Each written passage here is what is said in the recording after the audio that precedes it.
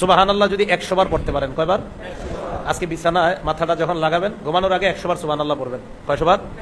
যেহেতু এই সময় নিশ্চিন্তে থাকবেন, কোনো টেনশন নাই, ঝামেলা নাই, তো তখন যদি 100 বার সুবহানাল্লাহ পড়েন, মুসলিম শরীফের 2698 নম্বর হাদিসের বর্ণনা, সাদ ইবনে আবি ওয়াক্কাস রাদিয়াল্লাহু তাআলা আনহু, সাহাবার নাম, তিনি বলেন, কুন্না ইনদান নবী সাল্লাল্লাহু আলাইহি ওয়াসাল্লাম, আমরা আল্লাহর নবীর কাছে ছিলাম, নবীজি আমাদেরকে বললেন, আয়াজিজু আহাদুকুম আইয়াকসিবা আলফা হাসানা, তোমাদের কেউ কি অক্ষম 1000 নেকি অর্জন করতে? কি তোমাদের কেউ অক্ষম? কয় হাজার?